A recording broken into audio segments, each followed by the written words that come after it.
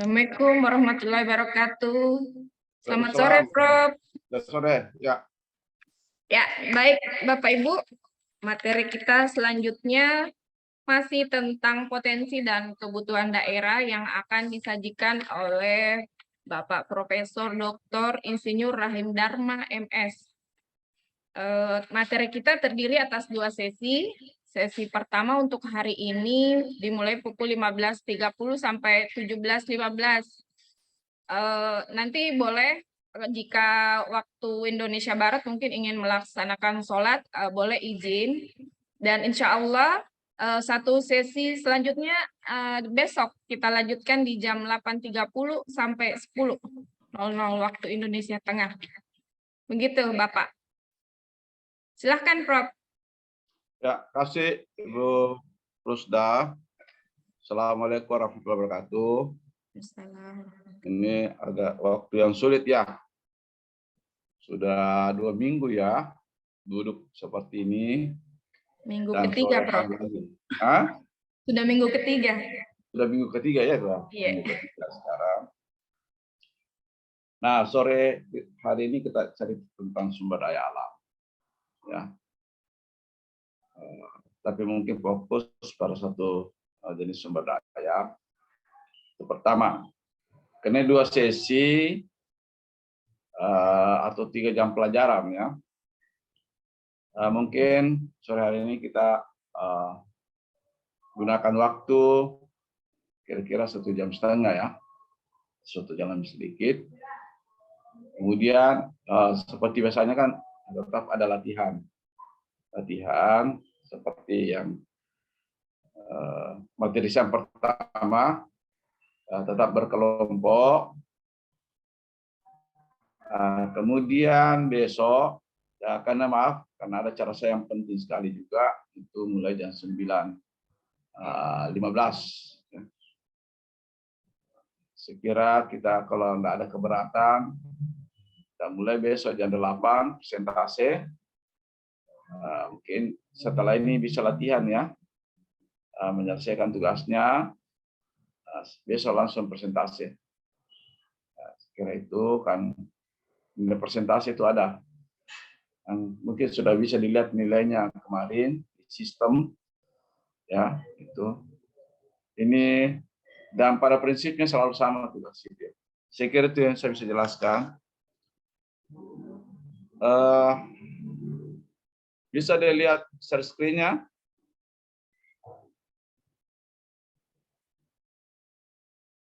Bisa kelihatan share screen-nya. Tolong ada yang respon saya supaya saya tahu. Bisa, Prof. Bisa, Prof. Bisa, Prof. Terima kasih banyak.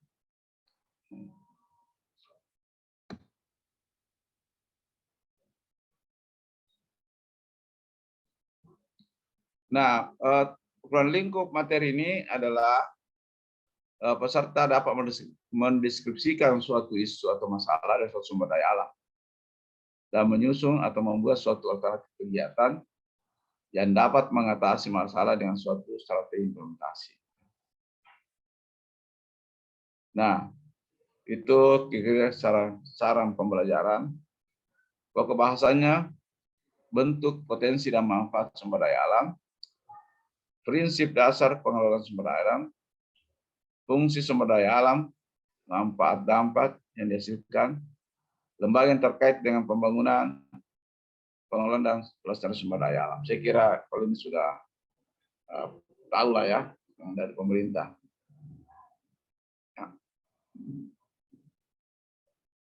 Nah, kita tahu ya bahwa sasaran pembangunan daerah itu adalah berkaitan dengan SDM, pemerataan dengan ada indikatornya ya. Penurunan angka kemiskinan, tata kelola pemerintah yang baik, iklim sosial masyarakat yang kondusif, pelestarian sumber daya alam. Nah, ini ada namanya indeks pembangunan berkelanjutan.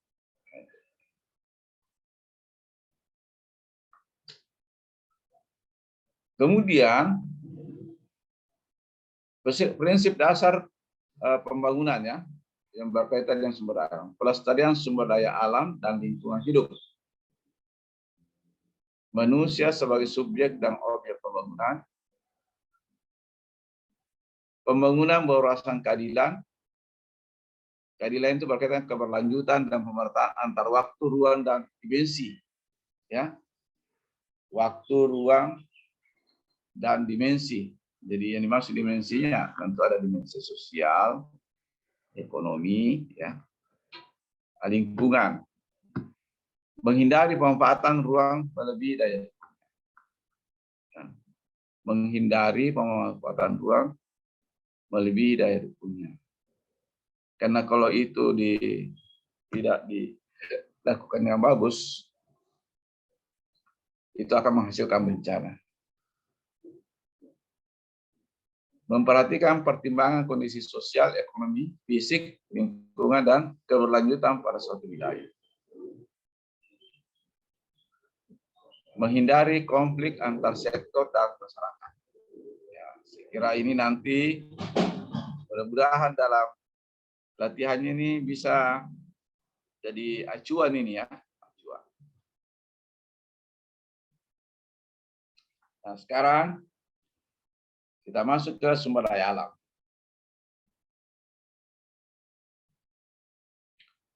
Jadi sumber daya alam itu adalah sesuatu yang disediakan alam yang mempunyai potensi sebagai alat kebutuhan manusia. Nah,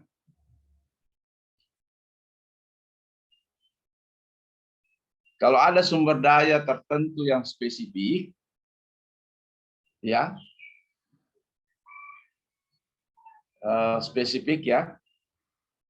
dan memberikan manfaat banyak kepada manusia, itu namanya endowment, ya. Jadi resources yang memiliki sifat spesifik dan memberikan keuntungan komparatif atau kompetitif kepada masyarakat, itu namanya endowment. Kalau ada yang menerjemahkan endowment itu adalah anugerah Tuhan, ya. Karena hanya diberikan kepada tempat tertentu atau kelompok tertentu, ya.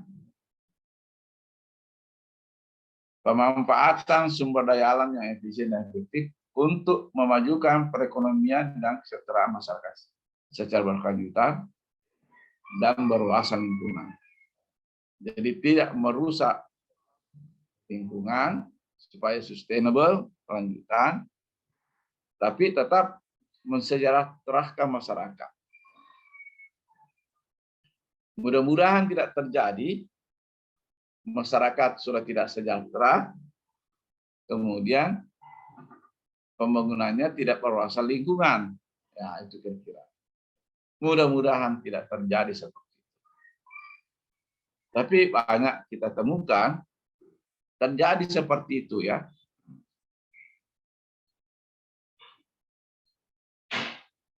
Nah, pembangunan keberlanjutan berdasarkan 3 konsep utama: ekonomi, ekologi, dan sosial kultural, ya.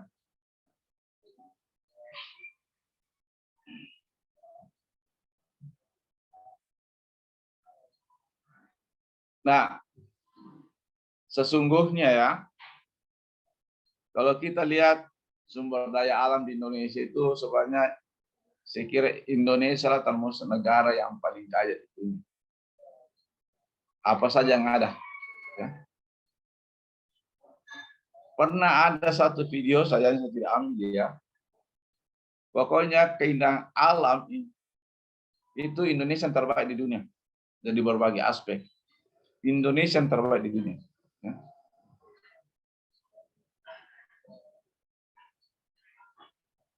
Ya, cuma itu kadang-kala kita itu selalu melihatnya rumput di rumah orang selalu lebih hijau dibanding rumput kita.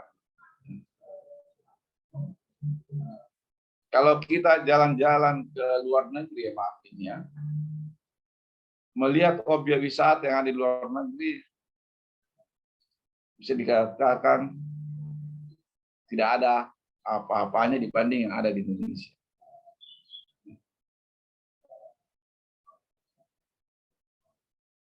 Tapi ya mungkin kemampuan orang untuk mengemasnya lebih bagus. Seperti Thailand, ya. Cuma mungkin hanya persoalan kita kalah di ada aspek budaya dan agama yang mungkin itu tidak bisa tidak bisa apa itu karena sudah harus seperti itu. Nah, itu banyak orang negara tidak perhatikan itu, tapi justru kita memperhatikan. Tapi kalau keindahan alamnya, ya itu Indonesia adalah negara yang terindah di dunia. Ya.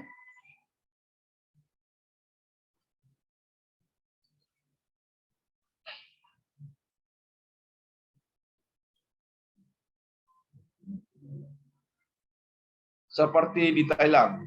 Thailand itu saya kira pariwisatanya sangat bagus.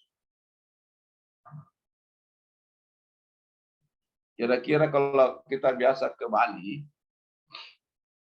sudah seperti itulah.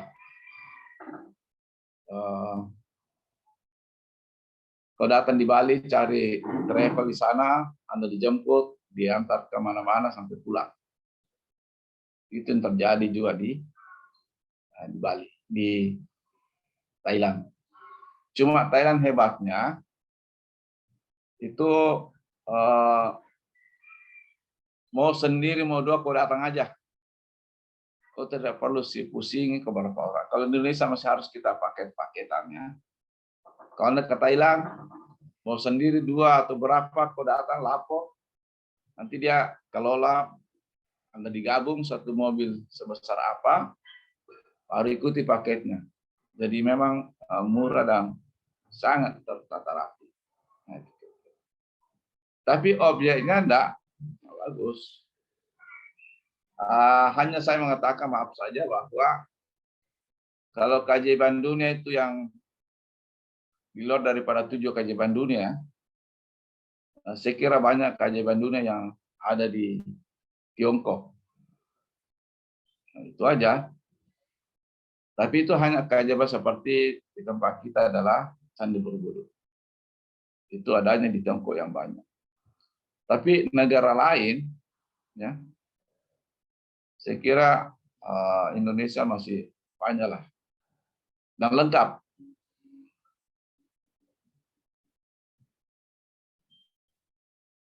Potensi ekonominya cukup besar, ya. 17.000 pulau, kemudian panjang pantai 81.000 kilometer. Saya agak curiga datanya ini mungkin nggak cocok ini 81.000 kilometer ya. Tapi kira-kira kalau Bali itu mungkin pantainya ada 3.000-an ya. Kira-kira 3.000 kilometer. Bisa juga lah. Tapi yang panjang itu seperti Sulawesi ya. Karena ya bentuk K. Kemudian di atasnya panjang lagi. Ya.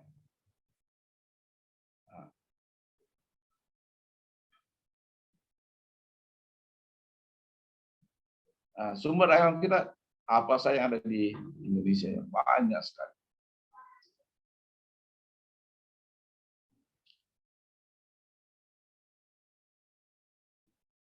Indonesia juga selalu waktu almarhum Presiden Habibie itu selalu mengungkapkan bahwa satu-satunya negara di dunia yang disebut bisa dikatakan benua maritim, ya, benua maritim. Jadi ada benua Eropa, benua Asia, Australia, Amerika, Afrika, dan seharusnya Indonesia ada di satu benua Indonesia, tapi cirinya adalah maritim. Karena tadi dari kepulauan. Kalaupun mau di benua kepulauan, ya mestinya kan Filipina masuk. Filipina masuk. Jadi ada suatu benua yang di mana dominasinya adalah pulau-pulau. Ya. Tapi sayangnya orang tidak pahami apa makna dari benua maritim, ya. Yang salah satu saya tangkap dari Prof. Habibie, ya, bahwa jalur transportasi laut dan udara itu adalah memiliki peranan penting dalam perekonomian Indonesia. Makanya Pak Habibie itu getol sekali membuat pabrik pesawat terbang yang dikatakan pabrik kapal yang dibuatnya itu, pesawat yang dibuat adalah pesawat tercanggih di kelasnya. Nah, itu dicatat ya, pesawat tercanggih di kelasnya, di mana pesawat itu dibutuhkan tidak perlu banyak penumpang, runway-nya dari suatu bandar tidak perlu panjang, dan itu sangat dibutuhkan di Indonesia karena negara kita ini negara kepulauan. Nah, itu terbukti beberapa daerah sudah menggunakan itu, tapi sayangnya terlanjur tidak berkembang ini pabrik pesawat di Indonesia, ya. Padahal itu menjadi kebutuhan sekarang. Coba bayangkan kalau itu diimpor, berapa nilai impor dari pesawat itu. Kalau kita buat, bisa kita ekspor, tapi itulah orang tidak sampai memikirkan itu. Sekarang kan sudah banyak di Sulsel saja, maaf saya katakan, di daerah Sulsel saja ada 3 daerah yang sudah menggunakan pesawat dalam provinsi Sulsel. Ya.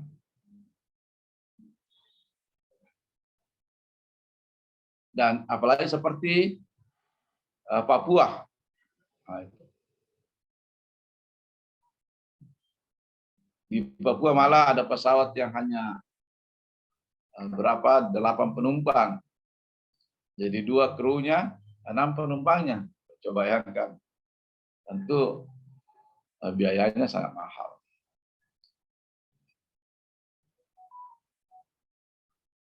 Selain daripada itu tadi laut, ini adalah kita memiliki banyak potensi dalam bentuk mineral, panas bumi, ya, tanah subur, ya, apalagi sumber air untuk baik pembangkit listrik untuk pengairan, dan juga merupakan objek wisata. Itu banyak sekali. Sayangnya di negara kita ini, sebenarnya di Bali sudah ada paket-paket wisata. Karena itu, kalau orang wisata, karena dia datang dari jauh, tentu dia berusaha menjangkau sebanyak-banyaknya dalam waktu singkat. Dan hanya itu bisa dilakukan kalau ada paket wisata. Nah, kalau kita ke Thailand, itu 5 hari sudah dijangkau semua yang bagus.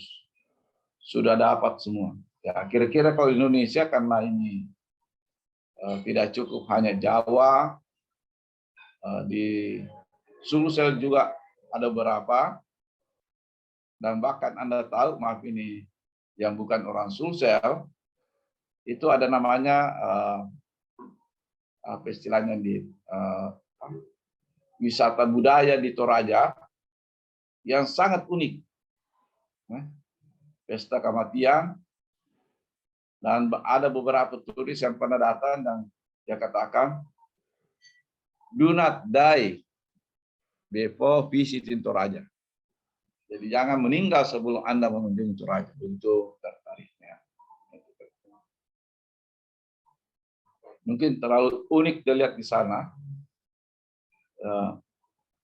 mengenai pesta kematian, ya, budaya kematiannya orang Toraja.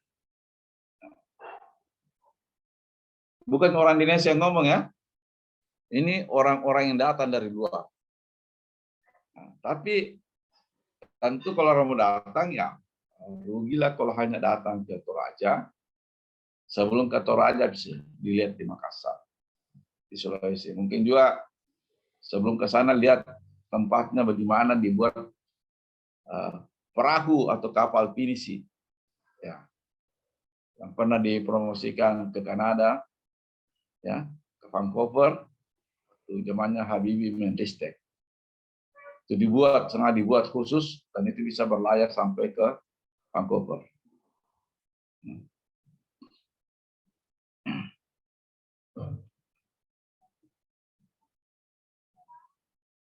Nah, kemudian itu sumber daya. Jadi sebenarnya saya tidak kemukakan lagi banyak teori tentang masalah sumber daya. Ini nanti yang bahas. Jadi sumber daya itu ada yang bisa diperbaharui dan ada yang habis atau tidak bisa diperbaharui.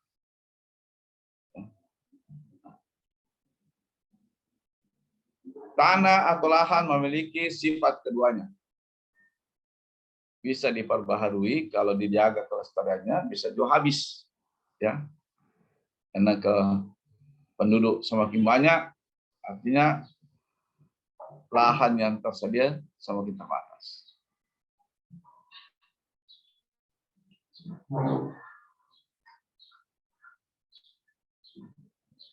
Nah, sumber daya yang berkelanjutan, ya tentu bisa kita pertahankan kelestariannya, keberlanjutannya. Tapi yang exhaustable atau bisa habis seperti fosil untuk energi atau tanah yang rusak, ya, misalnya karena pertambangan, itu bisa tidak berkelanjutan, ya. Kemudian sumber daya alam itu terbentuk secara alamiah sehingga membutuhkan, ya, menimbulkan implikasi politik terutama mengenai hak penguasaannya.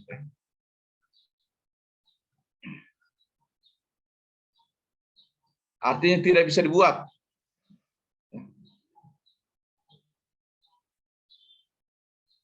Kalau lahan kau buat reklamasi di laut, tentu ada konsekuensinya, ya. Nah, sumber daya itu bisa habis. Bisa juga tidak habis, yang bisa diperbarui, tapi sifatnya bisa langka, ya. Tergantung di mana waktu dan lokasi.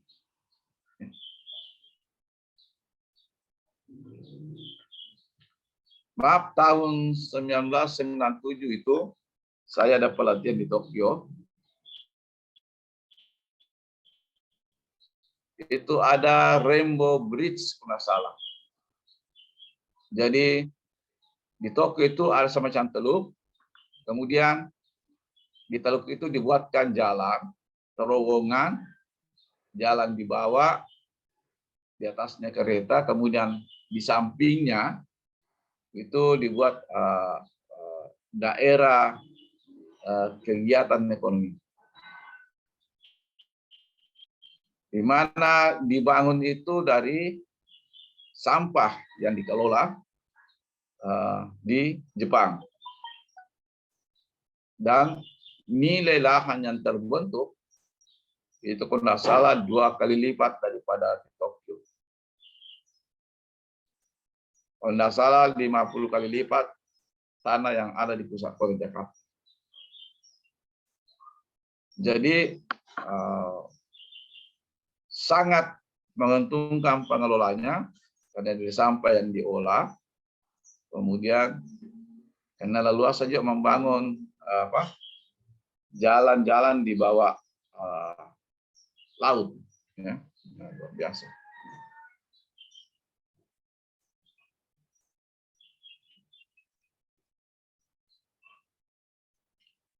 Nah, karena sumber daya itu cenderung menjadi langka, ya, maka dia memiliki nilai ekonomi semakin langka, semakin tinggi nilai ekonominya. Kemudian dalam penggunaannya adalah ada katakan memiliki opportunity cost. Ya.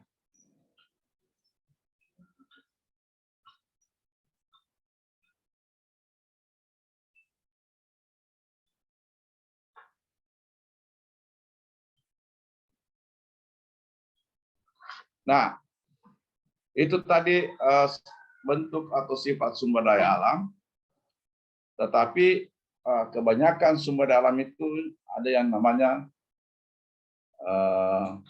open access. Siapa saja bisa memanfaatkan. Siapa saja bisa memanfaatkan. Sehingga sumber daya seperti itu mengalami kerusakan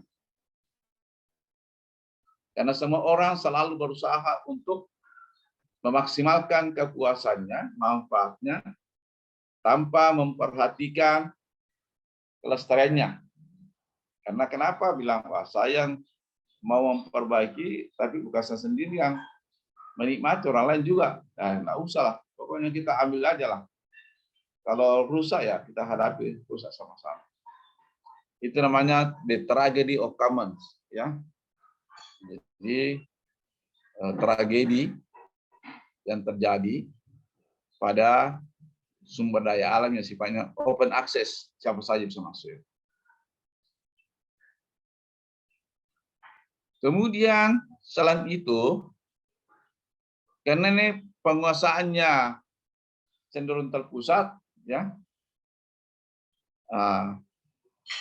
maka ada kecenderungan pemanfaatannya menimbulkan dampak negatif yang dimaksud dengan social cost atau eksternalitas negatif. Nah, misalnya itu banyak terjadi lahan-lahan di daerah yang menentukan adalah orang pusat, tidak mengetahui. Tapi setelah diserahkan ke daerah juga, banyak juga daerah seenaknya saya manfaatkan. Sehingga banyak bupati tertangkap karena pemanfaatannya tidak sesuai dengan apa istilah itu, rencana tata ruang wilayah. Nah, itu juga sudah ditetapkan dalam rangka mengoptimalkan pemanfaatan sumber daya. Cuma persoalannya yang selalu melanggar itu adalah RW adalah pemerintah juga dan masyarakat, karena kalau masyarakat ya kan tidak bisa membangun tanpa izin dari pemerintah. Jadi kalau kita keluarkan izin, ya keluarkan izin, pada daerah itu daerah tidak boleh diganggu. Nah, itulah yang biasa menjadikan ada bencana karena berdasarkan perhitungan tata ruang tidak boleh. Nah, ini. Misalnya dalam satu kota, orang kan tidak salah ruang terbuka hijau itu syaratnya berapa? Di kota ada 30%. Itu rata-rata kota melanggar. Ya. Kemudian kalau membangun suatu pusat kegiatan ekonomi, itu katanya di AMDAL. Ya, AMDALnya oke, tapi syaratnya harus begini. Tapi syarat itu biasa tidak dilakukan oleh pengembang. Nah, menjanjikan saja, akhirnya terjadi macet. Ya, macet. Jadi kemacetan yang terjadi di kota itu adalah pelanggaran tata ruang. Di mana tata ruang itu dianggap oleh pemerintah sendiri. Kemudian masalah lain bahwa nanti kita menghitung ini. Jadi menilai sumber daya itu sangat rendah. Ada kadang-kadang orang tidak sadar yang dia pahami hanya direct value-nya, ya, direct benefit-nya. Padahal sesungguhnya yang banyak itu adalah indirect benefit. Nah, itu kira-kira. Jadi dia bilang bahwa umumnya nilai sumber daya yang diperhitungkan adalah yang dapat ditransaksikan dalam pasar. Sedangkan yang lainnya diabaikan. Padahal nilai yang di luar daripada yang bisa ditransaksikan di pasar Itu yang banyak sekali. Banyak sekali. Nah, ini yang kita coba pelajari sore hari ini. Seperti apa nilai sumber daya. Dan itu yang penting sekali harus dipahami oleh seorang perencana atau adalah pelayan publik. Ya, nah, celakanya yang selalu melanggar itu adalah pelayan publik. Jadi bapak-bapak dan ibu ini adalah aparat pelayan publik. Ya. Saya kira ini tidak perlu nanti Anda baca apa menyebabkan degradasi sumber daya alam.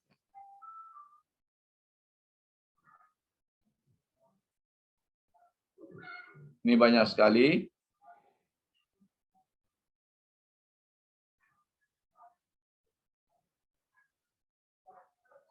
Nah, dari semua itu ada namanya kegagalan pasar dan terjadinya undervaluation, penilaian yang rendah. Nah, kegagalan pasar itu karena gagal mengalokasi sumber daya alam secara efisien. Jadi tidak sesuai peruntukannya. Gitu. Nah, tidak jelas peruntukannya, ya. Tidak jelas pengukuhan atas hak-hak atau properti right terhadap sumber daya alam. Ya. Itu dianggapnya belum jelas. Terjadinya kelesuan pasar sumber daya alam. Kelesuan ini karena banyak orang tidak paham nilai daripada nilai-nilai yang melekat di sumber daya alam. Yang saya dikatakan tadi, nilai yang melekat itu hanya yang secara kasat mata mudah dilihat, yang bisa ditransaksikan di pasar. Ya tentu berarti produknya ya. Nah, kemudian terjadinya eksternalitas yang meluas. Nah, ini yang paling banyak dampak negatif.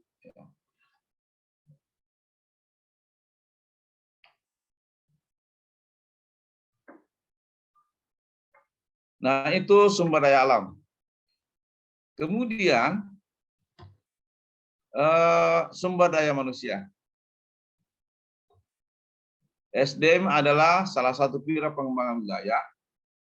Tapi mungkin nanti ini kita tidak detail ke sini ya, karena ada juga yang cerita nanti yang lain.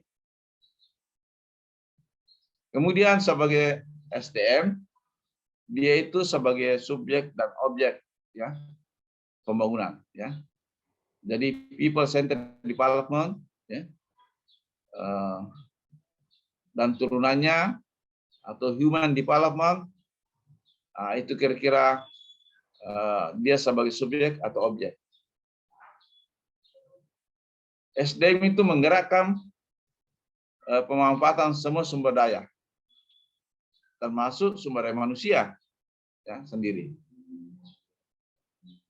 Nah, untuk itu dalam cerita SDM kita cerita tentang analisis kependudukan dan ketenagakerjaan. Analisis ekonomi SDM, jadi misalnya pasar tenaga kerja. Kemudian manajemen SDM berkaitan dengan perusahaan.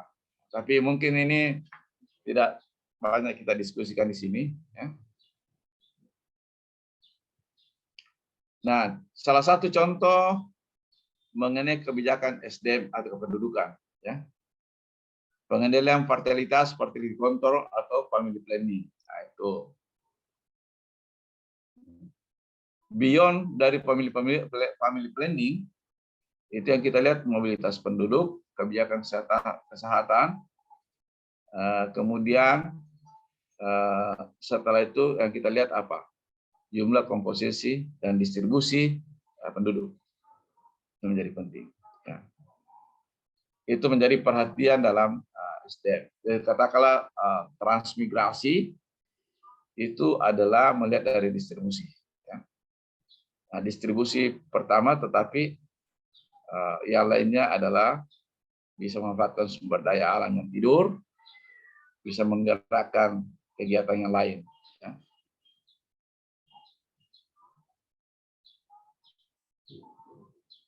Nah, selain itu berkaitan dengan jumlah penduduk, kualitas penduduk, ya. Kemudian kebijakan yang berkaitan langsung dengan penduduk, kesehatan, pendidikan, pangan, ketenagakerjaan sebagainya. Kemudian kebijakan-kebijakan yang berkaitan langsung dengan kependudukan. Misalnya tadi transmigran. Itu kebijakannya.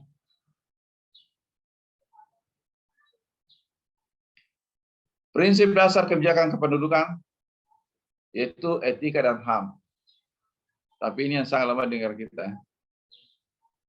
Kualitas SDM bukan sekedar jumlah, komposisi, dan distribusi, ya. Tapi kan lebih banyak kepada kesehatan dan pendidikan, ya.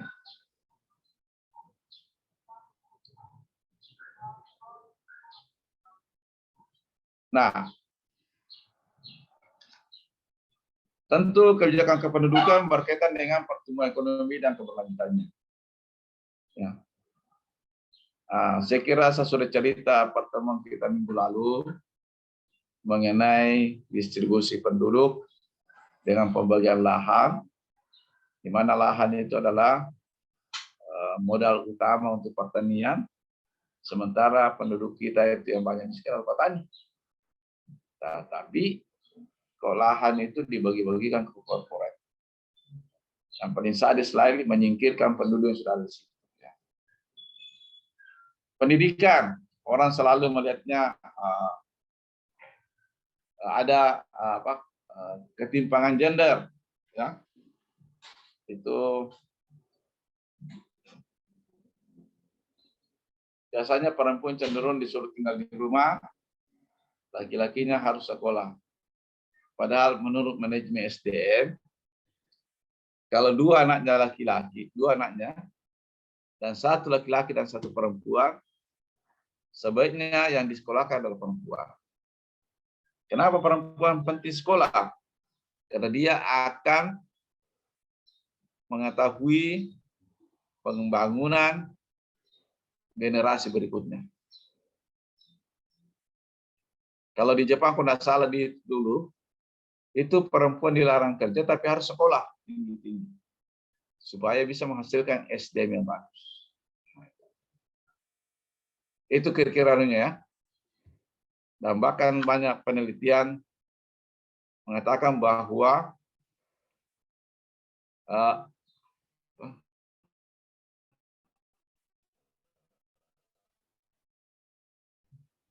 human investment, ya, dilakukan itu intinya begini.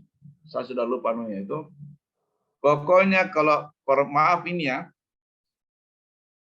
lebih bagus, lebih efisien itu kalau perempuan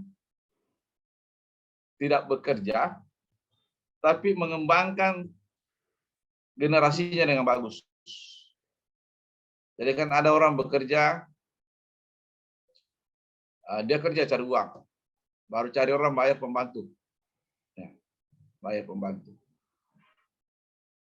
Nah, sesungguhnya human capital, ya, atau human investment itu kalau yang cara begitu adalah tidak efisien, karena tentu pasti anak-anaknya tidak akan lebih baik kalau diasuh langsung oleh ibunya.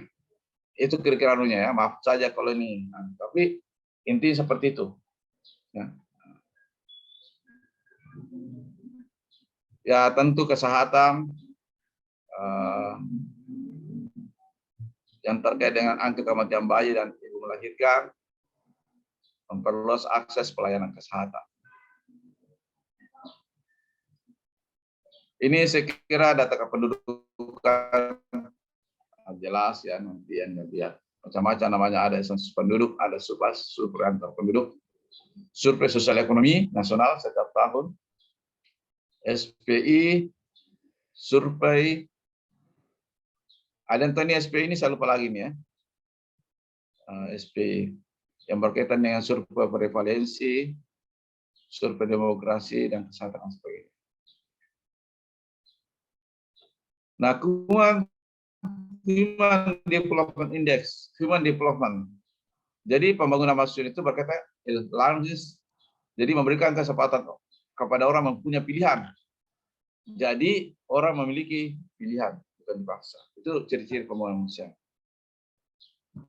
Formation, kesehatan, pendidikan, dan pemanfaatan pendidikan. Intinya, kalau human development berkaitan dengan productivity, tentu productivity ini berkaitan dengan kesehatan dan pendidikan.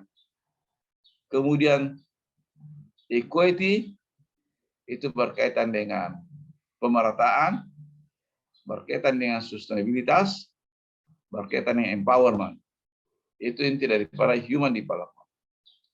Kalau economic development itu berkaitan dengan pertumbuhan, kebutuhan dasar, kesejahteraan sosial, dan pembangunan sumber daya manusia. Jadi ini perlu dibedakan sekali ya. Kalau cerita productivity berarti pendidikan dan kesehatan.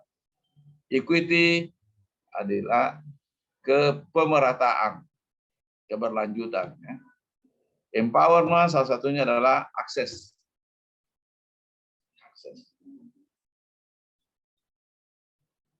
Nah, berujung kepada indikator SDM. Life ekspektasi itu menyangkut masalah harapan hidup, ya tentu didasar dengan kesehatan. Kesehatan bisa bagus kalau pendidikan bagus dan ekonominya bagus. Ya.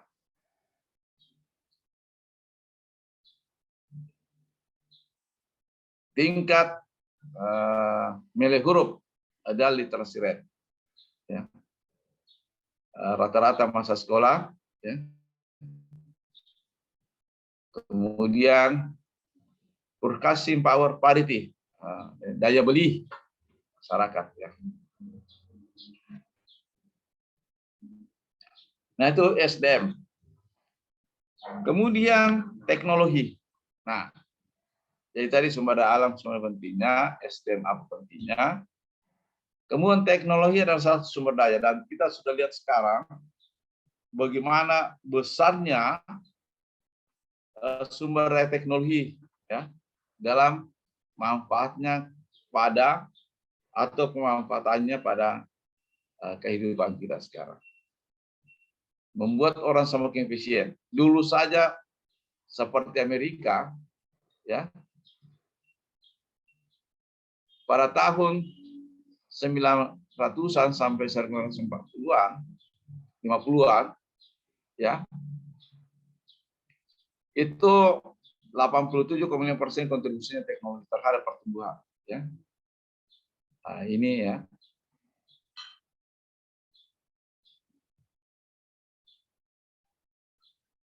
Yang jelas teknologi punya kontribusi besar ya, pada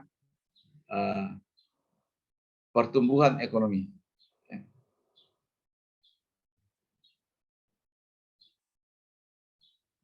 Ini 29% kalau di Jepang, 85 ya. Kemudian di salah satu kajian, ada dua kajian ini ya. Ada mengatakan 60% itu kontribusi teknologi. Di Amerika Latin, ya 45,6% ya dari kapital, 7,2% teknologi ya. Jadi sisanya adalah ini modal dan tenaga kerja, sisanya adalah teknologi. Jadi di Amerika Latin itu lain yang dilihat ya. Berarti sekitar ini 20% kontribusinya teknologi. Nah, apa saja di komponen teknologi ya? Ada namanya technoware. Ya. Jadi technoware itu atau teknologi yang melekat pada suatu fasilitas ya, misalnya peralatan, perlengkapan, mesin-mesin kendaraan bermotor dan infrastruktur fisik. Ini namanya technoware. Humanware. Jadi teknologi yang melekat pada kemampuan manusia, pengetahuan, keterampilan, keahlian, kebijakan, kreativitas, prestasi dan pengalaman individu kelompok. Nah, sekarang ini adalah humanware yang dikembangkan melalui pelatihan. Jadi human development. Jadi masuk kategori komponen teknologi. Infoware, ya. Jadi informasi, ya, adalah dokumen melekat pada teknologi melekat pada dokumen, ya. Misalnya proses, prosedur, teknik, metode, teori, spesifikasi, dan cara-cara yang melakukannya, ya. Cara-cara melakukannya, ya. Kemudian hardware, organisasi. Jadi institusi embodied technology. Kerangka yang mewadahi fasilitas, kemampuan, dan fakta yang praktik manajemen, keterkaitan pengetahuan organisasi, kelembagaan, dan regulasi.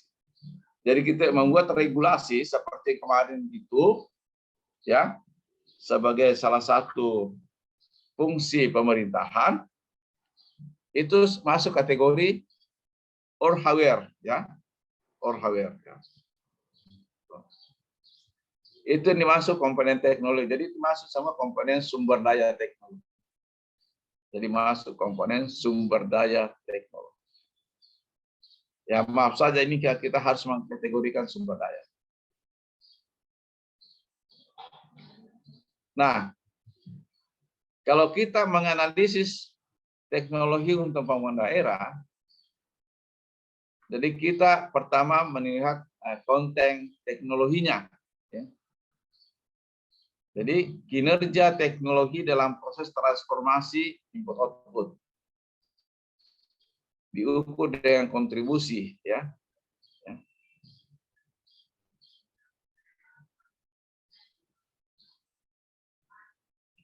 Pada salah ini TCC teknologi contribution coefficient dari tingkat pengusahaan, pemanfaatan, dan pemasyarakatan. Jadi kalau orang sudah banyak menggunakan tadi itu adalah teknoware, ya, teknoware, paketan alat-alat, itu bisa dilihat di sini berapa kontribusi terhadap pemanfaatannya. Kemudian teknologi status.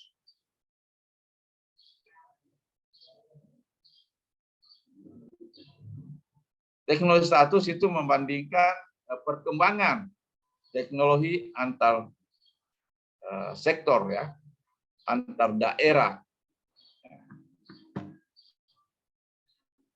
Kemudian iklim teknologi, ya.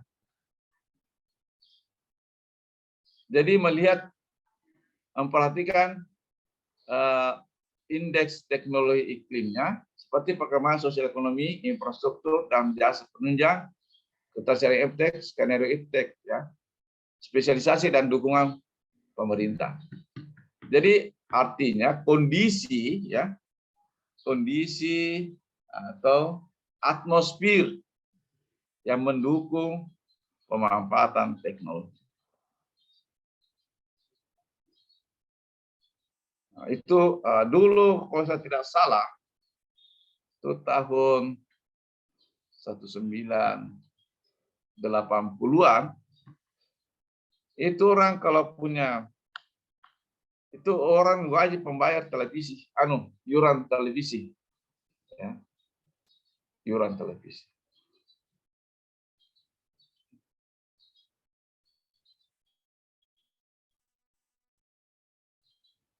Berarti padahal sekarang ini orang tidak bayar lagi televisi. Ada televisi yang dibayar, ada yang tidak. Ya. Teknologi capability analysis. Jadi kemampuan orang menyusun program. Dan itu ada alat-alat bantu yang biasa digunakan orang, ya, yang membantu manusia untuk mempermudah pekerjaan. Itu kapabilitas. Teknologi analisis. Jadi kebutuhan teknologi dalam suatu kegiatan. Ya. Nah ini mengenai konten teknologi. Ya. Tapi saya kira ini tidak menjadi penting sekali dulu, tapi yang menjadi penting adalah sumber daya alam.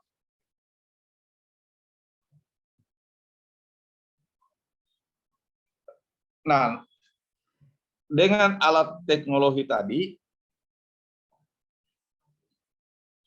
orang diharapkan karena sarana teknologi yang begitu berkembang, jadi orang diharapkan ya dengan sumber daya teknologi sudah berubah cara pandangnya dari sektoral ke wilayah, dari sektoral ke wilayah.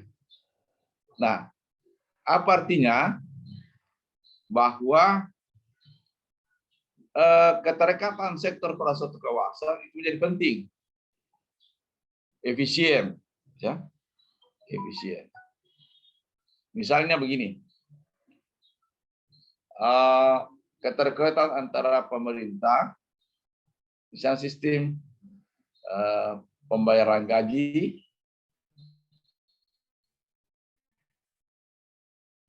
kemudian swasta dengan pemanfaatan bank, itu tersinkronis yang bagus.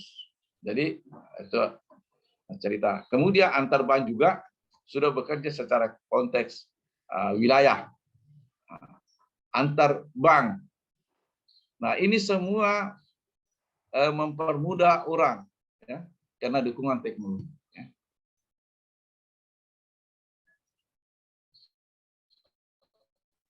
Perubahan pola keterpusatan. Nah, jadi diharapkan semua bagian-bagian yang terlibat itu sama dengan pusat, ya, sebagai pusat juga. Jadi tidak boleh ada satu orang dominan. Perubahan dari pola dominasi konvensional menuju pembangunan berbasis teknologi. Nah, kalau teknologi itu saling terkait, jadi dominasi dihindari.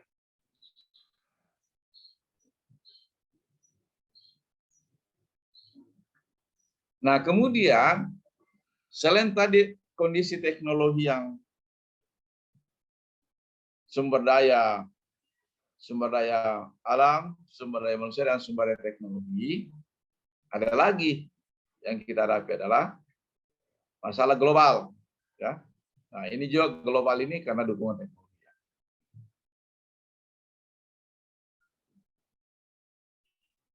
Jadi perkembangan teknologi informasi dan komunikasi merubah metode jangkauan kegiatan waktu dan jarak.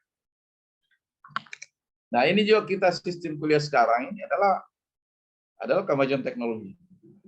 Bapak-bapak tidak perlu datang ke Makassar, cukup tinggal masing-masing tempatnya, kita bisa diskusi, ya, diskusi. Saya tinggal di rumah, itu bisa jalan. Yang sebelumnya harus datang meninggalkan kampung.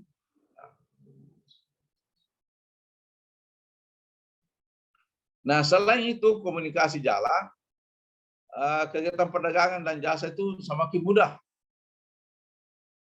Mobilitas orang antar negara mudah. Kalau dulu kita beli tiket, datang ke kantornya, ya. Sekarang tidak perlu di rumah kita bisa beli tiket pesawat. Bahkan sebanyak bandara itu check-in sendiri, ya. Check-in sendiri. Timbang barangnya sendiri, ya kalau melebihi tidak masuk. Nah, itu, ya. Jadi sudah ada beberapa bandara itu harus kita check-in sendiri. Dulu melihat misalnya karena sistem online semua, kita punya data. Kalau kita sudah ada visanya, tidak perlu tunjukkan visa di imigrasi karena dia sudah punya rekaman di situ. Ya. Bahkan kalau tercetak itu kadang dia ragukan, siapa tuh bikin sendiri, dipalsukannya. Nah, efek globalisasi, persaingan meningkat. Jadi kita harus maju. Karena kalau tidak, kita ketinggalan dan orang akan bekerja sama dengan orang yang punya kemajuan yang sama supaya mudah. Ya.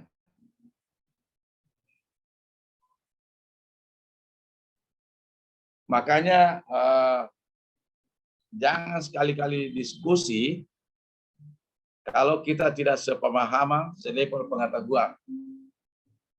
Ya. Baik kita diskusi, level pengetahuan sama, tapi bidangnya berbeda.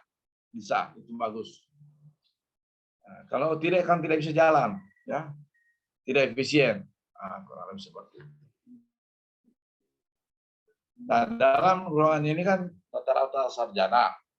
Kemudian sarjana berbidang, berarti level pengetahuannya sama, cuma bidangnya berbeda. Jadi kalau Anda diskusi kelompok itu saling melengkapi.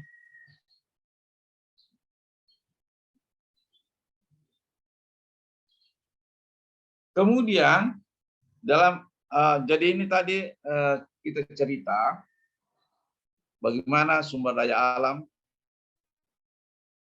sumber daya manusia, sumber daya teknologi, tapi pemanfaatannya dalam konteks tantangannya dalam konteks global.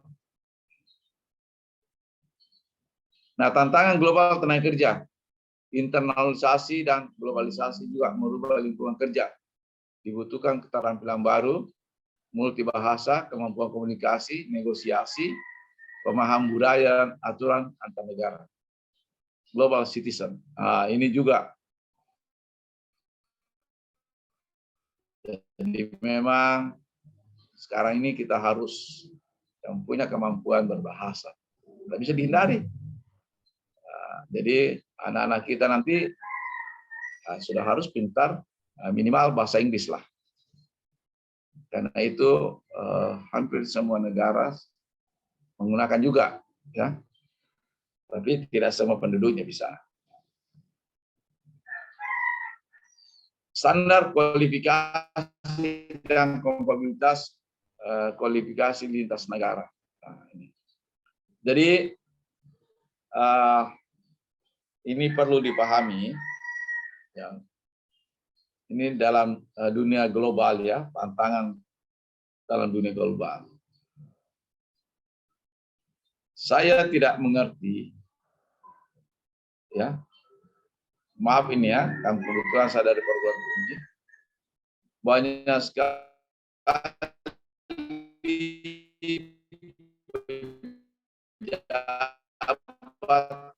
yang mau sekolah dari rumah pajang. Ada lagi yang mau jadi profesor. Nah, tambah bingung lagi saya. Mau jadi profesor. Ya, kemudian ada lagi kampus suka. Kalau ada profesor sini, kasih Anda profesor. Nah, itu kan gitu ya. Jadi ada supplier, ada demand. Padahal yang dibutuhkan adalah ke depan itu sudah orang diskusikan, masih perlu kan namanya itu ijazah.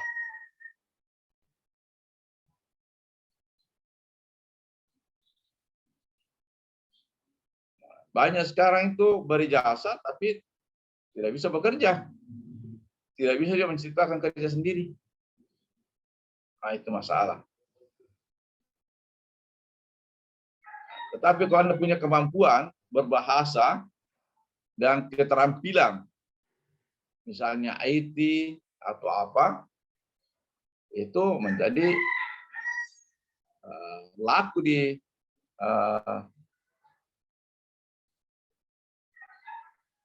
kancah global. Tapi biar Anda berijazah doktor, kalau hanya modal ijazah, pengetahuannya tidak jelas, komunikasi tidak bagus, ya percuma. Dan itu banyak terjadi di negara kita.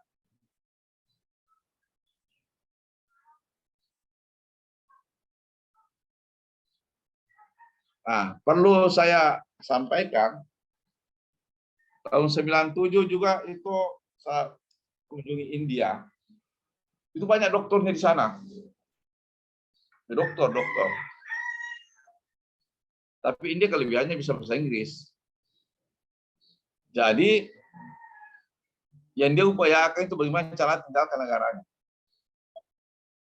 Tinggalkan negaranya karena dia punya kemampuan berbahasa Inggris bagus. Apalagi itu yang berada pada kasta di bawah. Wah, itu tidak bisa berkembang di negaranya. Dan Anda bisa lihat di mana-mana juga itu banyak orang India. Orang India, dan banyak di lembaga internasional itu orang India.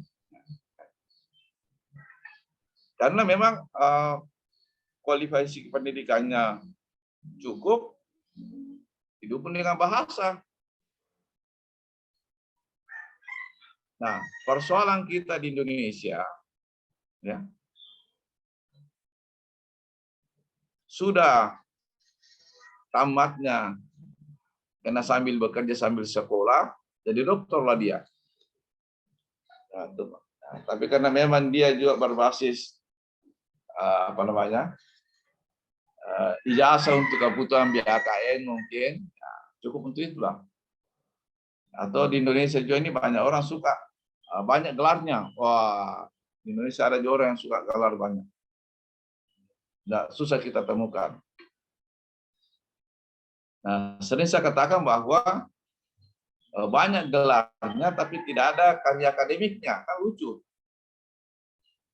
Lebih bagus sedikit gelar tapi karya akademik banyak. Banyak gelar akademik tapi karya akademik tidak ada. Nah, itu banyak juga. Jadi sesungguhnya orang yang seperti itu menurut saya orang-orang yang kalangannya itu menganggapnya itu orang tidak normal, tidak normal mungkin. Tapi normal juga untuk kepentingan tertentu, ya, karena mungkin dia mau dihargai di masyarakat bawah. Tapi lucunya tidak dihargai pada kalangan yang berkualifikasi yang sama. Tidak dihargai, karena orang tahu.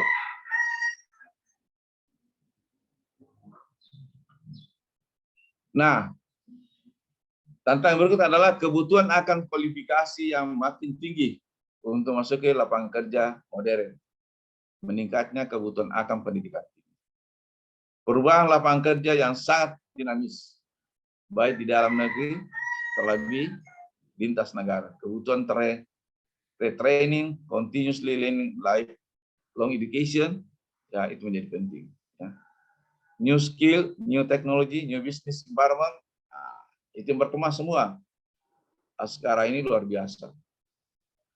Orang sudah bisa pesan langsung ke luar negeri, parah yang mau dibeli. Sudah bisa dengan mudah. Orang juga sudah banyak yang pintar bisnis online ke luar negeri. Karena dia punya bahasa, dia punya talenta, skill, teknologi, dia bisa masuk dunia global.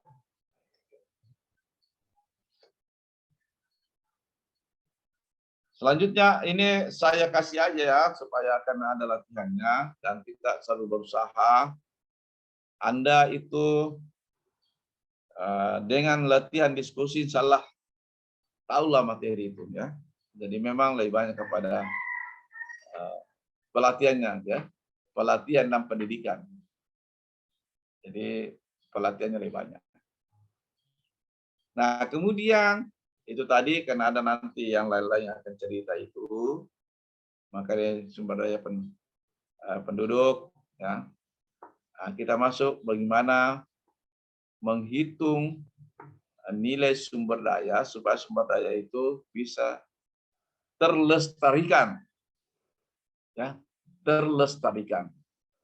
Itu bisa kalau orang memahami sumber daya itu memiliki nilai, ya, memiliki nilai, bukan saja nilai kegunaannya, tapi nilai yang bukan penggunanya, ya. Tapi menghasilkan nilai yang kadang-kadang nilainya lebih besar dibanding yang istilahnya ada tangible, bisa dilihat dan intangible. Ya. Jadi dari kiri ke kanan, dari kiri semakin tangible, ke kanan semakin intangible. Nilai penggunaan dan nilai bukan penggunaan, ya. tapi dua-duanya nilai ekonomi, ya, karena bisa diberikan nilai, dinilai dengan dalam konteks uang. Ada metodenya, ya. Pertama adalah nilai penggunaan langsung, ya. Kemudian nilai penggunaan tak langsung. Kemudian ada pilihan, ya.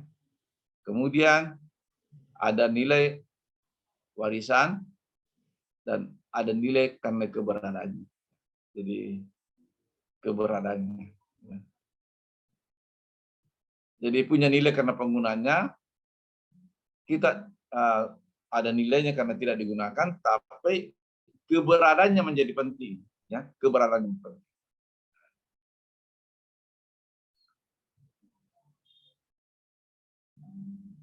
Nah, nilai penggunaan langsung, direct use value, ya, adalah nilai yang diperoleh dari penggunaan pemanfaatan sumber daya secara langsung. Ini dikatakan dinilai dengan harga pasar, ya. Misalnya buahnya dari suatu tanaman atau dari hutan bisa langsung bisa dimakan atau bisa dijual, ya. Kayunya dipakai untuk bahan bakar atau bahan bangunan. Itu ada langsung nilainya. Itu namanya nilai penggunaan langsung.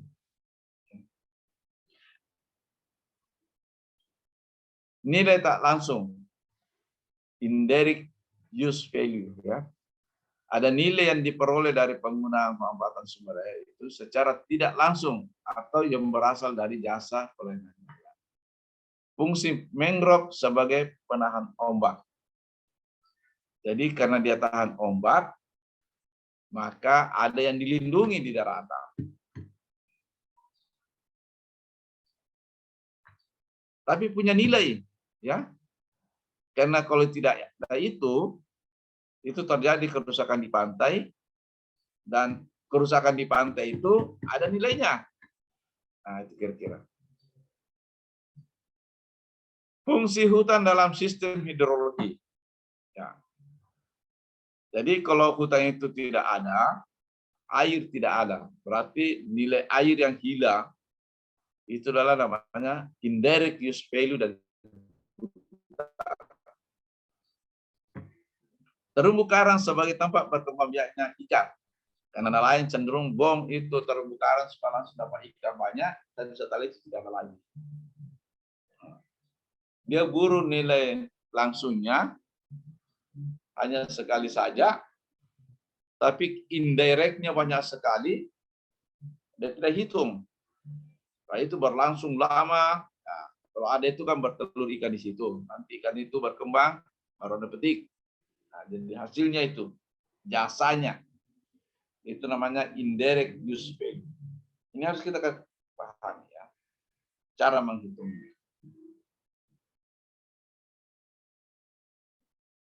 Kemudian nilai penggunaan option value, option, ya, pilihan.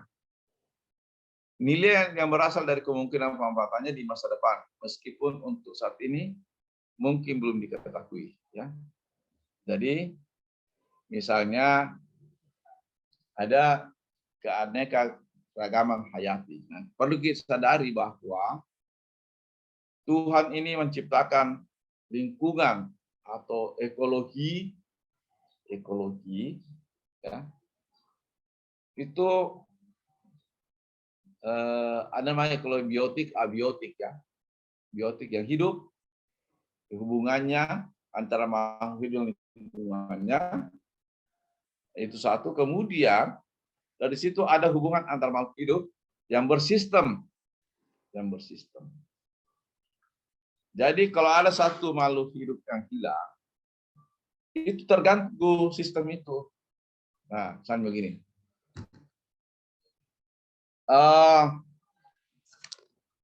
Ada kejadian berdasar di Australia dulu,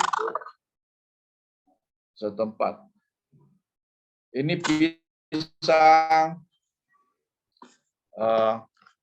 kena hama ulat, ya, hama ulat. yang mengganggu tanaman pisang. Sehingga dipikirkan, kalau begitu coba kembangkan burung.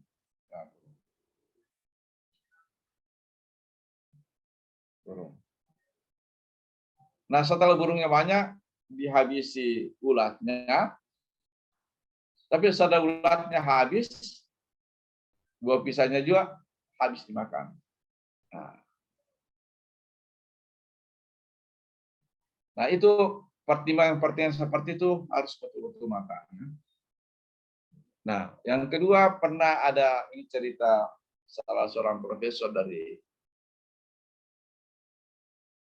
IPB. Dia cerita begini, bahwa pernah di Cina itu terjadi kelaparan penduduk, ya, karena kekurangan pangan, itu sekitar 40.000 jiwa di daerah itu. Setelah dipelajari, orang mengatakan bahwa ini gara-gara burung yang makan padi, katakanlah padi, sehingga tanamannya produksinya rendah.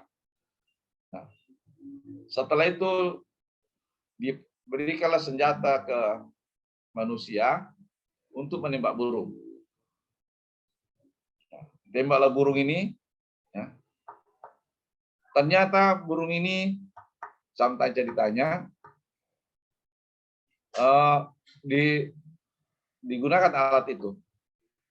Setelah digunakan alat itu bukan lagi 40.000 orang kelaparan, tapi meningkat menjadi 4 juta. Lebih parah. Artinya bahan makan sangat kurang. Ternyata setelah itu berarti ada biru. Dicoba dibuka, ditangkap burungnya, dibuka perutnya, ternyata di dalam perutnya itu adalah serangga yang dia makan. Jadi bukan produksi tanaman, buah tanaman dimakan.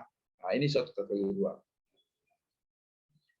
Jadi itu pentingnya namanya keanekaragaman hayati. Kemudian dimengerti ini. Jadi burung itu jangan menjadi sasaran, padahal itu adalah menjaga keseimbangan, ya. Dia makan serangganya, sehingga serangga itu tidak makan banyak buah dari padi.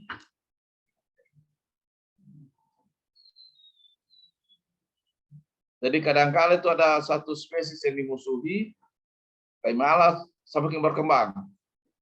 Misalnya orang, tikus, dimusuhi tikus. Kalau salah-salah, tikusnya dikasih racun, setelah tikusnya mati karena makan racun, datang ular makan tikus, mati juga. Jadi ada predator yang terputus, mati. Ini berkembang tikusnya. Kurang lebih seperti itu ceritanya. Itu namanya option value, ya. Option value.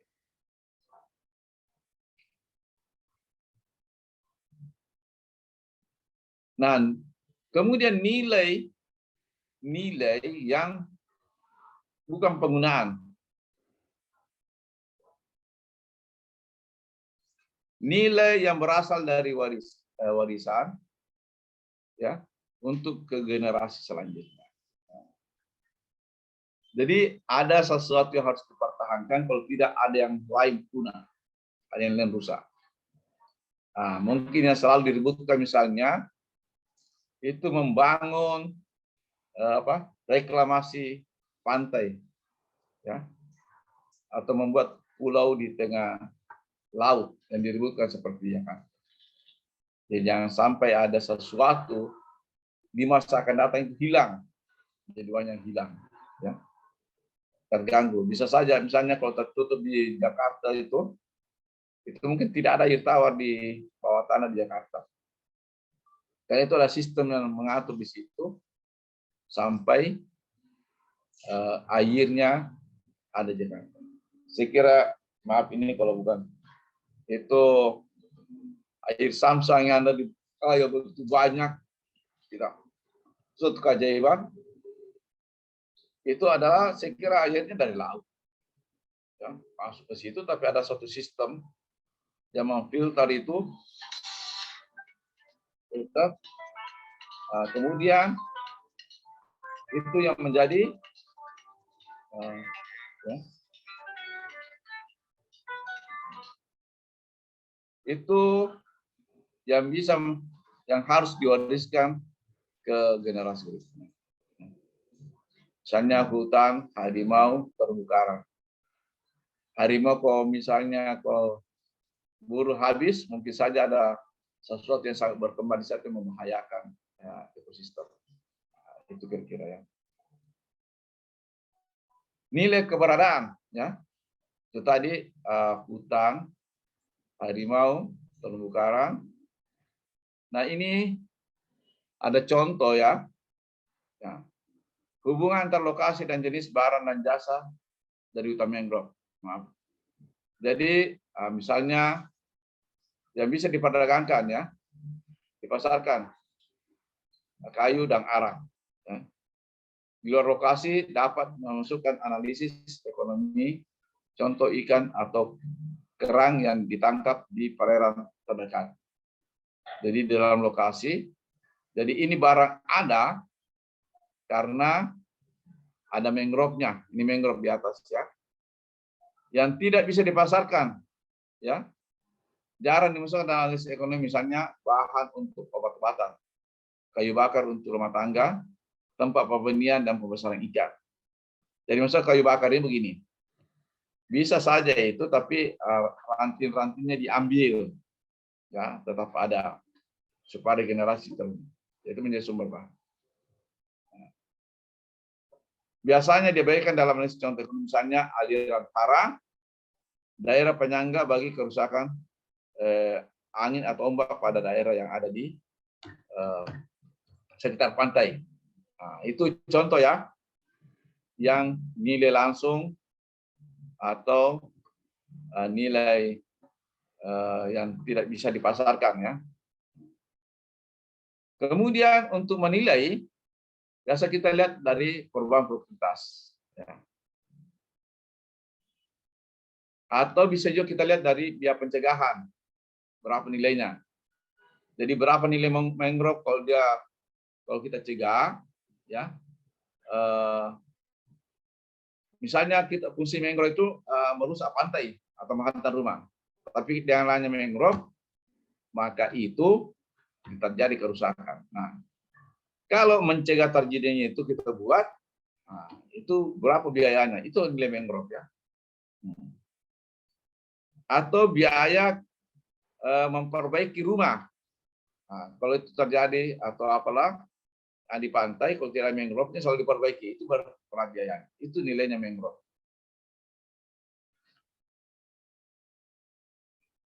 Nilai kesehatan, ya.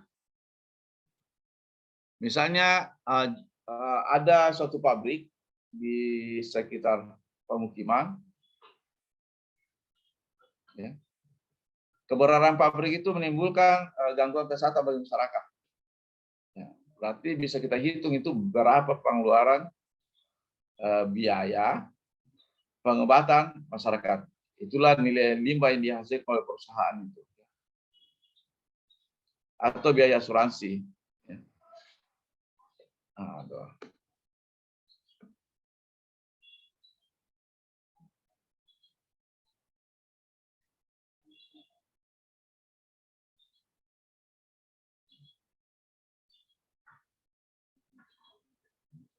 Ada yang tidak kelihatan ini ya, salah warnanya nih.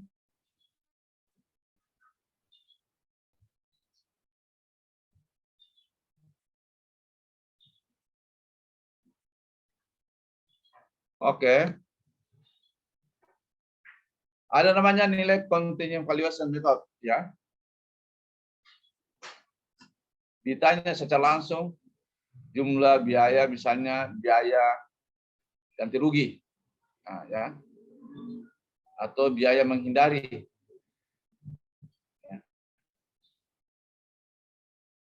Nah, itu namanya continuing valuation method ya.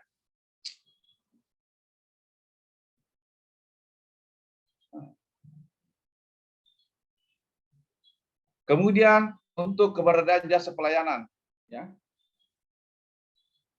bisa diukur dengan namanya travel cost method. Nah, misalnya pada suatu sumber daya, berapa nilai sumber daya yang mau datang ke suatu tempat hanya menghirup udara segar. Untuk menghirup udara segar ke situ, dia butuh biaya ke sana, ya, biaya perjalanan, biaya nginap. Itu namanya travel cost method. Atau misalnya berapa nilai sumber daya pada suatu tempat wisata. Nah, karena itu menarik, macam-macam ada di situ. Ada mangrove-nya, orang bisa mancing. Nah, orang suka ke situ, maka dihitunglah.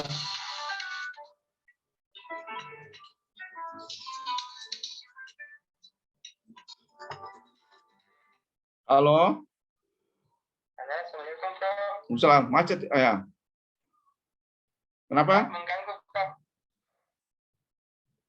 Saling mengajar dulu ya, ya. Ya, mengajar dulu ya. Iya, Pak. Oke. Nah, itu travel cost method, ya. Jadi ada namanya hedonic pricing method, ya. Jadi nilai lingkungan merupakan selisih dari nilai bangunan dan berupa lokasi yang berbeda. Nah, jadi ada nilainya, bangunannya mungkin sama tapi lokasinya berbeda, itu nilainya berbeda, ya, kira-kira. Itu tapi ini kan terlalu teoritis, ya. Saya buka dulu. Ini materi sudah dapat ya? Halo? Halo? Iya. Ada materinya di sistem ya? Iya, ada, Pak, ada. Ya, ya. Kemudian saya coba share itu latihannya, ya. Ya, ini.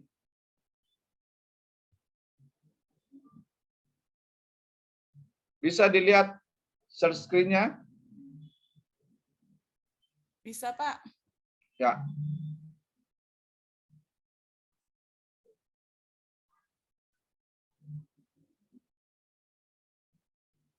Jadi saya minta bagaimanakah selama ini, kan dulu yang pertama itu membagi kelompok sesuai dengan kantornya ya.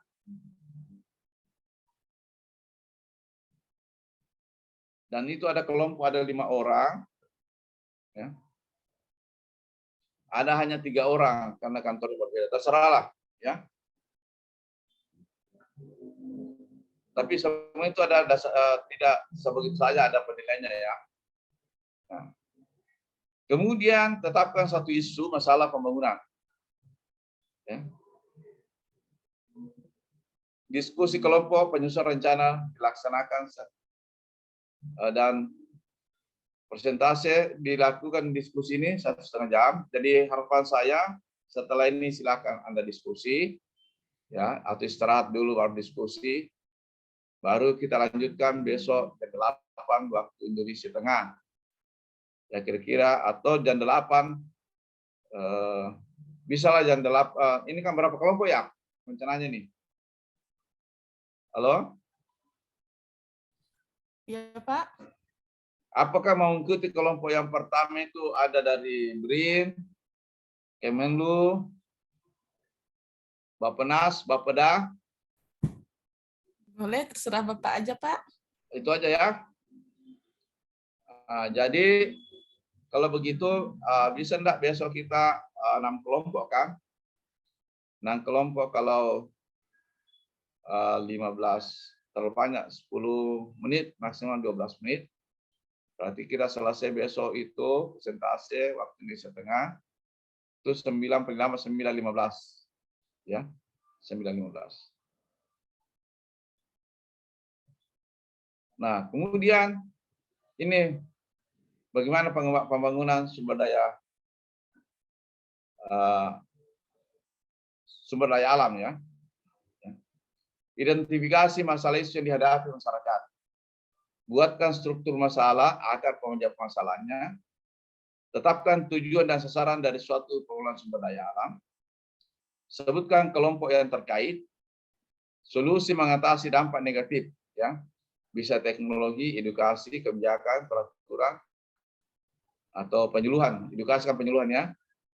Identifikasi manfaat dan dampak yang dihasilkan. Manfaatnya apa? Dampak yang dihasilkan apa? Perkiraan negatif eksternalitas. Ya. Saya jelaskan sedikit apa perbedaan eksternalitas dengan dampak ya.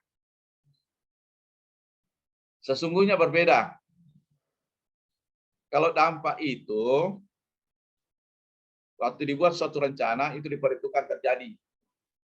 Misalnya peningkatan pendapatan, penurunan pengangguran, menciptakan kesempatan kerja.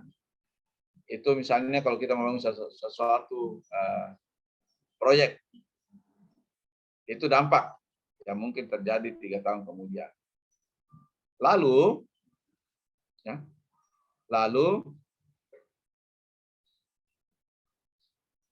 setelah itu ada yang terjadi di luar perhitungan kita. Itu namanya eksternalitas. Bisa negatif, bisa positif.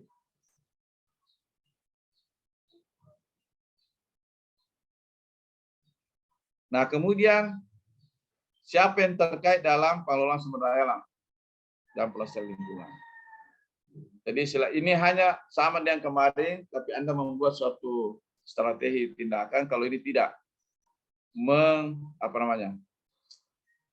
mendeskripsikan saya suatu sumber daya, ya. Bisa dipahami ini? Jadi saya harap ini begini. Karena besok lagi itu siang saya ada materi mengenai sosial kapital. Overhead sosial kapital. Social overhead cost, ya. Overhead social cost, ya, overhead social cost atau infrastruktur. Nah, itu besok tugasnya sendiri-sendiri. Nah, mungkin tidak perlu presentasi karena kita sudah sama modelnya, ada masalahnya, ada tujuannya, ya, segala macam itu mau sama ya dari sebelumnya. Nah, saya harap ini tetap berkelompok, ya. Kemudian, insya Allah besok kita kembali jam 8 mulai selesaikannya dan saya akan ke kampus karena besok saya ada acara penting itu jam 9 kira-kira 15. Saya mohon maaf kalau agak ini menyita waktunya dan bisa istirahatlah setelah itu. Bisa dipahami ini tugasnya? Ya Pak. Berarti Pak yang untuk identifikasi masalah atau isu yang dihadapi itu berhubungan dengan sumber daya alam yang ada ya Pak? Iya, betul, itu aja ya. Dan apa penyebab masalahnya, kemudian apa yang harus dilakukan supaya sumber daya itu bisa lestari, ya. Siapa yang terkait dan cara mengatasinya, ya. Setelah itu apa manfaat yang bisa dihasilkan, benefit dan dampak. Kemudian kira-kira apa eksternalitas yang mungkin muncul, walaupun sebenarnya itu tidak diperkirakan, tak bisa juga ya. Dan lebih jauh daripada dampak ya. Pihak yang terkait baik yang dalam pengelolaan maupun sumber daya maupun yang terkait dengan pelestarian lingkungan, siapa saja bisa ini. Tentu masyarakat tentunya ya. Kira-kira bisa supaya ini kita memahami status dari suatu sumber daya. Saya kalau ada dari Bappenas Jakarta paham dengan pembangunan pulau yang ada di reklamasi yang ada di Jakarta ya bagus juga. Kalau ada pengetahuannya tentang ini. Kabeh, Prof. Ya, silakan. Ya, David dari admin, Prof. Bagaimana sistem pengelompokannya, Prof? Sudah ada kelompok? kemarin itu, ikut saya kelompok yang kemarin ada dari Kementerian Luar Negeri, silakan buat anunya pembagian sekarang. Difasilitasi ini kan bisa sampai malam di diskusi, ya. Oh iya, siap Prof. Saya bukakan saja roomnya, mungkin peserta yang masuk yang sudah mengetahui kelompoknya nanti Ya, akan ikuti aja kelompok kemarin itu ada 6 kelompok kan. Oke, Kementerian Luar Negeri, Kementerian Perindustrian, kalau tidak salah, Bapeda, Bappenas, BRIN, apalagi itu, Bapeda, Bappenas, BRIN, Kementerian Luar Negeri, Perdagangan Perindustrian. Masih ada satu lagi apa ya? Ya silakan Anda berkelompok lah. Kalau tidak salah namanya 6 kelompok.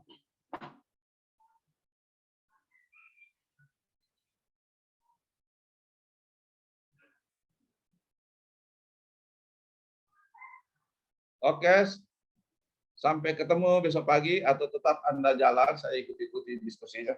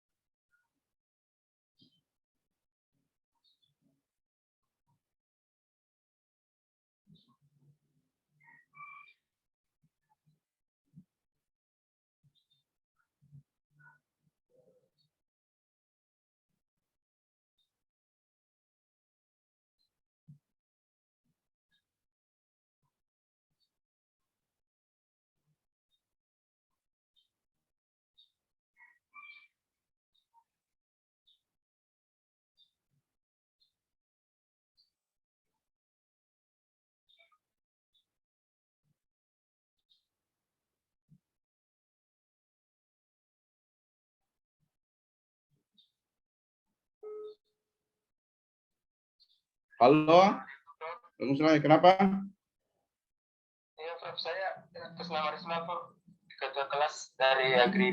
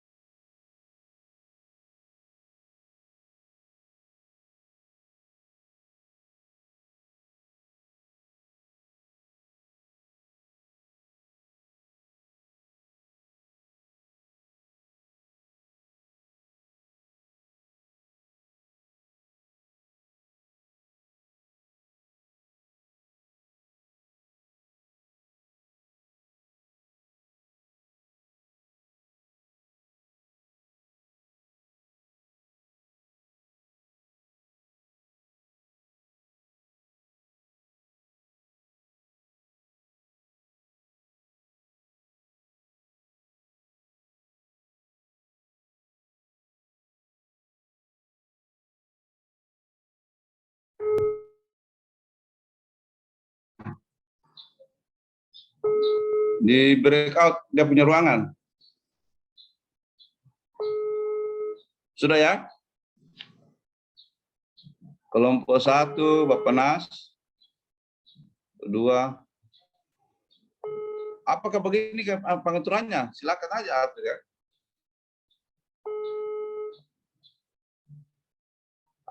Terserah Anda mengaturnya, coba putuskan. Apakah rata-rata berlima, 5 kelompok seperti kemarin, ya? Tapi Prof, ini 6 kelompok Prof. Karena sesuai tadi kita perintah 6 kelompok. Ya 6 kelompok, ya oke silakan. Ya. Tapi ini kenapa BRIN campur dengan Bappenas? Tidak Prof. Ini baru saya mau buka anunya roomnya Prof. Sesuai dengan instansinya mereka. Oke, Prof. oke, silakan. Oke Bapak Ibu, silakan klik join.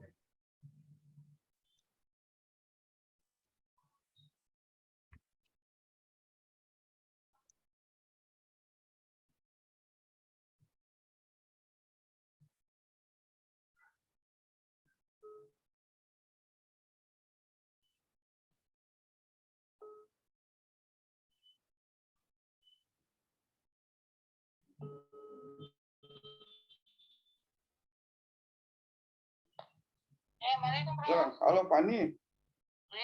Lamanya saya cari ke Pani, katanya pinjam dari pasar. Saya di mana ini? Saya telepon tidak mau.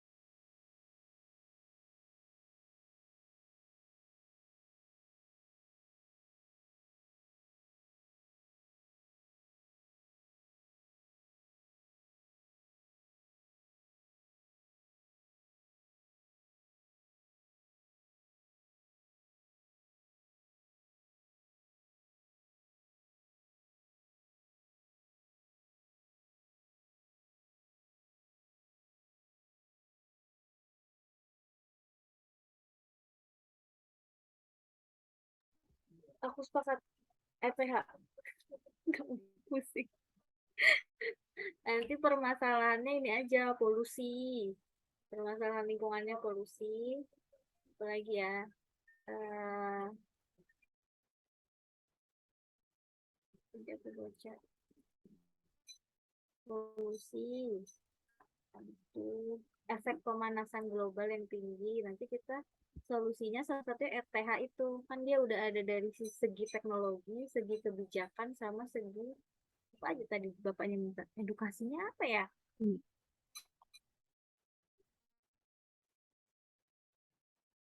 BTW ini harus sekarang nggak sih? Boleh nggak sih guys? Kan waktunya udah lewat ya. Boleh, makanya tadi aku bilang, kita kalau udah fix, kita buat di Google Docs saja. Oh iya, ya udah boleh lah. Boleh lah Mbak. Itu aku nyicil share slide-nya doang ya. Masih kosongan sih. Oke, ya boleh. Nanti share aja. Tapi gimana? Ininya, apa namanya? Kita mau sepakatnya apa?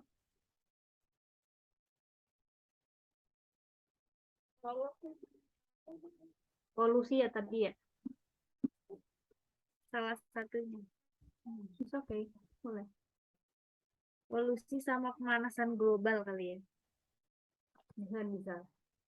Sama kait lah. Bisa dikait-kaitin. Kita kait-kaitin aja. Tapi ini polusinya udara apa aja sih? Kan ada udara, tanah, gitu-gitu. Apa udara aja?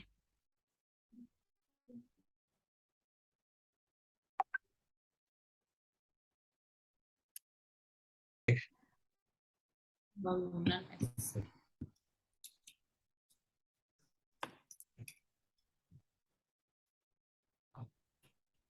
Namanya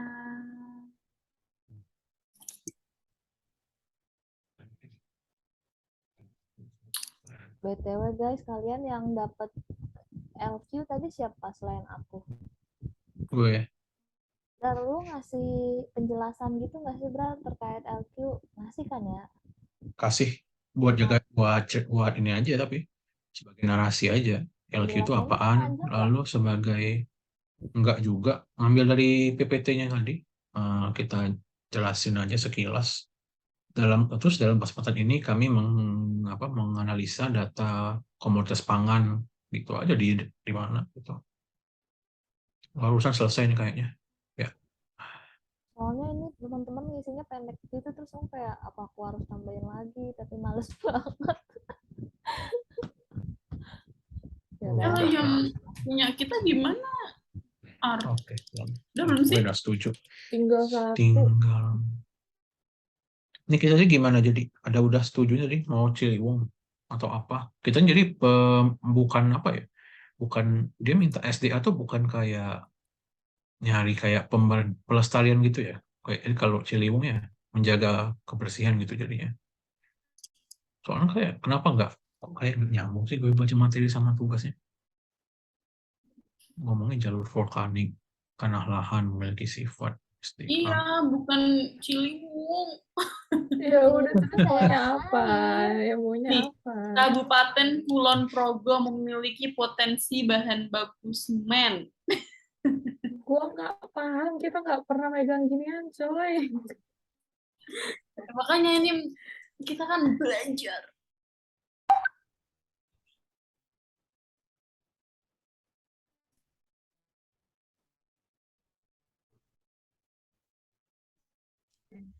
Dibuat kayak gini sih. Atau dirimu mau share aja? Ini aku stop ya. Nggak apa-apa bener kayak gitu. Aku cuman ini sebentar. Wait. Tadi aku buka dari ini dulu deh, dari biar langsung ke save. Susah nih. Apanya?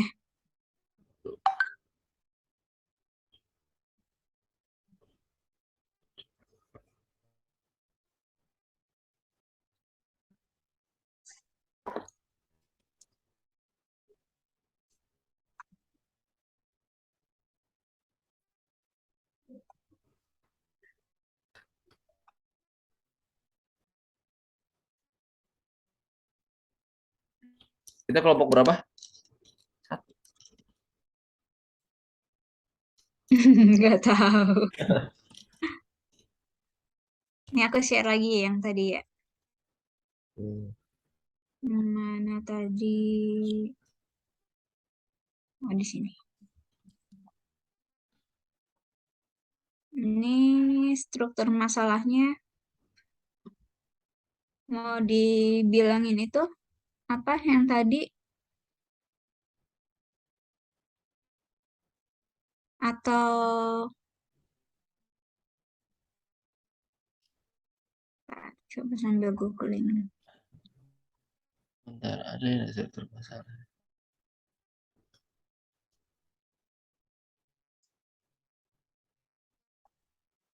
Ini kalau share screen tuh kadang suka bingung sambil searching tuh.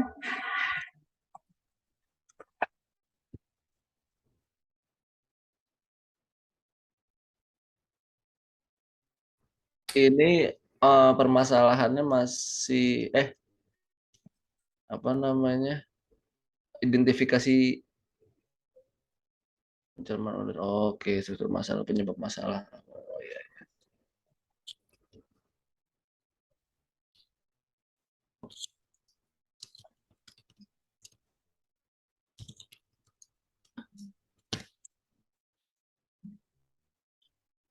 Sebenarnya ada aturannya nggak sih kalau kendaraan yang beredar itu harus berapa tahun kayak di Singapura kan kalau nggak salah 10 tahun gitu kan ya? Ada sih harusnya. Harusnya ada ya. Mm-mm. Sebentar.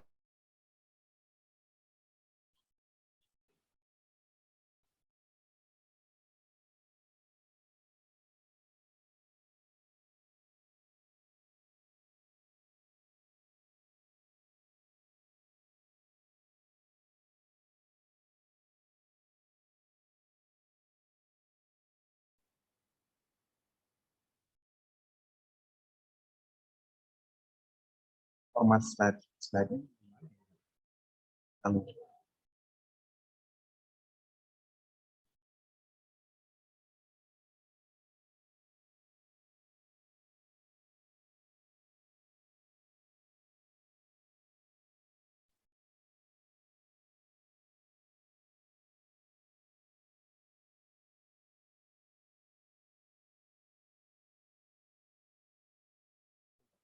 Saya ada tambahan ya.